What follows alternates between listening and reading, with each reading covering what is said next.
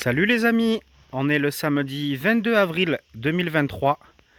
Là, on rentre vraiment dans une période que j'apprécie particulièrement parce que tous les arbres reprennent. Et notamment, là, on voit ce jeune noisetier qui reprend bien. Ça me fait particulièrement plaisir.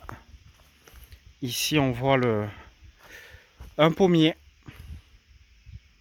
Bon, j'ai les mains noires, hein, j'ai travaillé le jardin toute la journée. Le joli poirier, vous voyez devant vous, avec à son pied une consoude. D'ailleurs, elle commence à fleurir la consoude. Et puis on va aller voir ensemble dans le potager. Et je vais vous montrer que j'ai semé, j'ai repiqué les premières tomates. Donc là, vous avez les tomates que j'ai semées.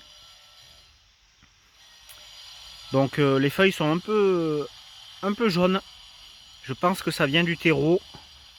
Il doit manquer un petit peu d'azote dans le terreau. J'avais jamais eu de souci avec ce terreau là, je prends toujours le même, mais là je pense qu'il y a un petit souci. Mais ça devrait pas poser trop de problèmes, je pense que ça va continuer à se développer suffisamment.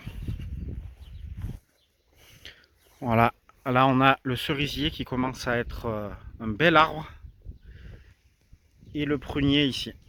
Voilà, j'adore ce... Là on commence à avoir cet effet de canopée que j'adore. Où les arbres viennent occuper l'espace aérien. Et ça, vraiment, je trouve ça sympa, vraiment sympa. Ça, ils commencent à apporter bien de l'ombre. Et puis surtout, ils vont apporter une production alimentaire très intéressante. Ultra fraîche, ultra locale et ultra bonne. Alors, première planche. Première planche, ici j'ai mis de la pomme de terre de conservation. Donc là, vous voyez, c'est pas des herbes sauvages, ça. C'est que j'ai passé la débroussailleuse dans les passe-pieds. Et ça, c'est des herbes coupées. Deuxième planche, les petits pois.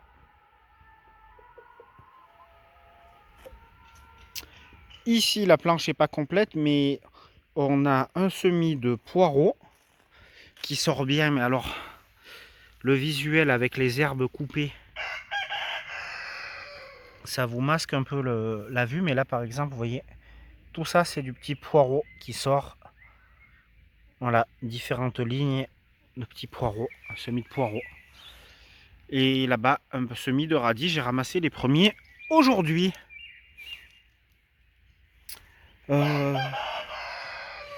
Voilà. Donc ici, planche numéro 4. J'ai mis 10 tomates marmandes. Donc toujours la même stratégie. Je mets 10 plants de tomates que j'achète chez le pépiniériste tôt en saison. Et la marmande, c'est une variété précoce, dans l'objectif de les avoir le plus tôt possible. D'habitude, ici en Ardèche, à l'altitude où on est, c'est-à-dire au niveau de la vallée du Rhône, c'est-à-dire on n'est pas dans la montagne ardéchoise, je fais ça le 1er avril et j'ai des très bons résultats. Mais cette année, le mois de mars et d'avril ont été relativement froids comparé à d'habitude. Du coup, je les ai plantés que aujourd'hui. Voilà, c'est la première année que j'utilise des tuteurs. Donc ça, c'est de la taille de mon gros mûrier platane, de la taille de cette année. Et puis c'est moi qui ai taillé le platane, le gros platane du voisin qu'on voit derrière. Et là, j'ai pas récupéré de cannes, mais il y avait quand même des cannes assez intéressantes. Donc si vous avez la possibilité de récupérer des tailles de platane ou de mûrier platane, je pense que vous pouvez avoir des tuteurs gratuitement et assez costauds. Donc je vais pas faire la même erreur que l'année passée. L'année passée, j'avais pas pris le temps de les renforcer comme ça sur les côtés, en mettant, voilà, en attachant perpendiculairement à ceux qui sont verticaux, un tuteur, un bambou par exemple, c'est plus léger et ça vient solidifier comme ça toute la structure. Je ne l'avais pas fait l'année passée et j'ai eu des gros soucis avec des plants de tomates qui étaient tellement lourds que ça me cassait les bambous. Bon là c'est pas du bambou, c'est du bois, mais bon, faut être faut être vigilant.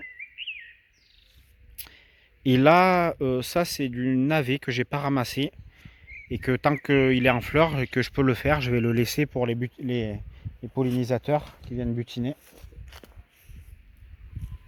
Alors la planche numéro 5, là il y a c'est de la pomme de terre. Alors ce coq, il chante que quand je suis dans le jardin, c'est un truc de fou. Du moment que je suis dans le jardin, il chante en permanence. C'est assez pénible. Donc là, c'est de la pomme de terre de nouvelle, variété délicatesse. Ça, c'est des échalotes. Donc là, la planche, elle est pleine. Ici, on a une planche pleine aussi. Là, j'ai fini de mettre les semences de pommes de terre de conservation. Et là, c'est de la poire de terre, aussi appelée yacon, pour laquelle j'avais fait une vidéo spécifique il y a l'année passée. Alors, cette année, deux stratégies pour le yacon. Donc, j'ai fait ce qui est préconisé sur Internet, ce que j'avais déjà fait l'année d'avant, c'est-à-dire de les mettre en pot et de les stocker à la cave tout l'hiver et de les repiquer au printemps. Donc, pour ces deux-là, c'est ce que j'ai fait. Par contre, j'ai tenté pour la première fois de les laisser tout l'hiver dehors. Et ma foi, ça a fonctionné, puisque vous voyez que ça repart ici. Donc j'ai tout déterré, j'ai récolté la partie comestible, et la partie racinaire, je l'ai remis en terre. C'est passé tout l'hiver dehors avec un bon paillage par contre. Et donc vous voyez que ici ça repart. Celui-là, il repart aussi. Et celui-ci, il repart aussi. Hein. Voilà pour les pommes de terre et les poires de terre. Hop. Ici, j'ai repiqué aujourd'hui 3 plants de courgettes que j'ai semés et que j'ai conservés en mini-serre. Voilà, je les ai repiqués aujourd'hui. Ça, c'est vraiment les derniers poireaux là-bas que j'avais repiqué. Là, c'est le semis que j'avais pas repiqué. Mais vous voyez là, quand ça fait ça, ça commence à monter en graines. C'est voilà, faut vite les ramasser, vite les consommer. Enfin, du moins vite les ramasser quoi. Ça, c'est des salades qui étaient restées de cet hiver, qui ont complètement explosé avec l'arrivée des beaux jours. Quelques restes de carottes.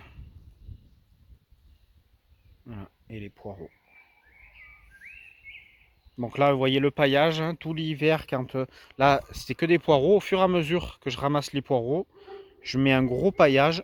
Comme ça, vous voyez, après, c'est prêt à cultiver. J'ai juste enlevé le paillage et boum, c'est parti.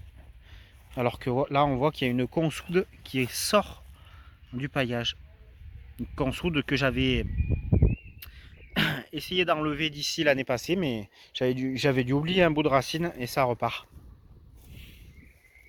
Voilà, encore une planche pleine du coup, parce que là, j'ai mis les oignons. Ici, il y a le thym, l'oseille, et après tout le reste, c'est des oignons.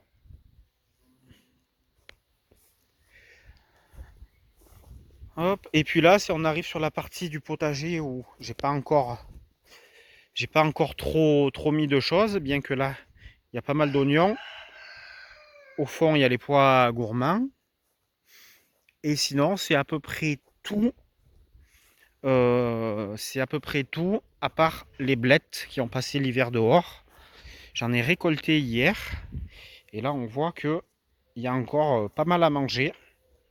Et ça va se développer. Mais ça va aussi sûrement monter en graines. Comme là, on voit, quand ça fait ça, c'est que ça va monter en graines. Donc voilà, il faudra que je ressème des blettes pour les renouveler. Et là-bas, on voit, j'avais mis une petite vigne ici, là. Et elle repart bien. Il faudra que je lui fasse une petite structure pour lui donner de quoi grimper. Alors je suis super content d'une chose, c'est que les boutures de cerisier, pardon, excusez-moi, les greffes de cerisier, les greffes sauvages ont bien fonctionné. Je vais vous en montrer une parce qu'il n'y en a qu'une qui se trouve ici. Les autres sont sur un autre terrain qui n'est pas sur la même commune. Mais tout ça pour vous dire que elles repartent toutes pour l'instant. Donc a priori, j'ai pas de perte pour l'instant sur les 7 ou 8 greffes que j'ai faites de cerisier sur cerisier sauvage. Et là, je vous montre les semis de pêche. Donc pêche de vigne. Donc j'ai acheté il y a peut-être 3 ans, 2 ou 3 ans, un pêcher de vigne variété Lisette chez le pépiniériste chez qui je me sers. L'année passée, il a fait des pêches. J'ai semé des noyaux. Et là, vous voyez, j'ai semé 7 noyaux en pot. Et là, il y en a 3 qui sont bien sortis. Les 4 autres, je pense pas qu'ils vont en sortir. Mais bon, ça fait un taux de reprise de 40% à peu près. Je trouve que c'est pas mal. Je sais pas si vous avez déjà essayé de semer des pêches. Mais je suis content. Voilà, des arbres gratuits et surtout des arbres voilà, qui vont pouvoir, si je les repique dès cette année, là, ce que je compte faire, avoir une racine pivot très intéressante pour l'autonomie en eau. Hop, on s'est rendu au deuxième terrain. Là, je vous montre un peu les petits plants d'artichauts. Donc, j'ai ramassé les premiers artichauts aujourd'hui. Voilà, ceux-là, je les ai pas ramassés. Ils sont encore trop petits. Ça, c'est un plant de blettes. Bon, il est presque aussi grand que moi, hein, le plant de blettes. J'en ai pas ramassé. Voilà, c'est celui-là le pêcher dont je vous parlais, pour lequel j'ai récupéré des pêches que j'ai ressemées. Et voilà, c'est ça donc que je voulais vous montrer. C'est la greffe du cerisier. Donc ce que je fais en général, c'est que je supprime tout ce qui est en dessous du point de greffe, comme ceci. Comme ceci, une fois que la greffe est repartie. Et là, vous voyez, ça, c'est les 3 bourgeons que j'ai sélectionnés de la greffe d'une variété que j'ai installée sur cerisier sauvage. Ça, c'est une variété cultivée. Donc voilà, les amis. Pourtant, j'avais jamais fait de greffe, pratiquement pas fait de greffe avant, donc c'est vraiment pas compliqué. Allez, je vous souhaite un bon dimanche et à bientôt pour une prochaine vidéo.